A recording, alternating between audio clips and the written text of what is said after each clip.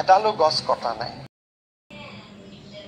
হিমন্ত বিশ্ব শৰ্মাই ভিডিঅ'ত কৈছে যে দীঘলী পুখুৰী এজোপাও গছ কটা নাই আৰু ৰবি শৰ্মাই কৈছে যে দীঘলী পুখুৰী গছকেইডাল জুবিন ঢুকোৱাৰ লগে লগে কাটি পেলালে। এতিয়া আপোনালোকে ৰাইজসকল বিবেচনা কৰক, যদি দীঘলী পুখুৰীত কোনোবাই ফুৰিবলৈ গৈছে বা ওচৰ পাজৰৰ মানুহ আছে তেওঁলোকেতো গম পাইছে দীঘলী পুখুৰীৰ গছকেইডাল কাটিলে নে নাই কটা। এতিয়া আপোনালোকে বিবেচনা কৰক, দীঘলী পুখুৰীত ফুৰি বা চাই মেলি ইপিনে সিপিনে তেতিয়া গম পাব হিমন্ত বিশ্ব শৰ্মাই সঁচা কথা কৈছে নে ৰবি শৰ্মাই সঁচা কথা কৈছে। জুবিন ঢুকোৱাৰ লগে লগে দীঘলী পুখুৰীৰ গছকেইডাল কাটি পেলালে, সেইটো ডাঙৰ কথা দেই। একদম কেনেকে জুবিনক ভাল পাওঁ বুলি ক'লে মই কিয় মানিম? সেইটো মানে কি জুবিনৰ কাৰণে উপহাৰ দিলে নেকি, মানে কি কৰিলে আচলতে সেইটোৱে মই কিয় মানিম? সেইকাৰণে মই আটাই কি কৈছোঁ, এই ক্ষেত্ৰত সজাগ হওঁ। আপোনালোকৰ লগত আমি একেলগে গছবোৰ চাব যাওঁ, প্ৰত্যেকজোপা গছ জীয়াই আছে।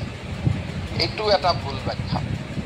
গছবিলাক সুন্দৰভাৱে জীয়াই আছে আৰু মৃত্যুৰ আগতে জুবিনৰ লগত মই কথাও পাতিছিলোঁ। মোক কৈছে দাদা গছবোৰ জীয়াই থাকিব, মই গেৰেণ্টি দিছোঁ জীয়াই থাকিব।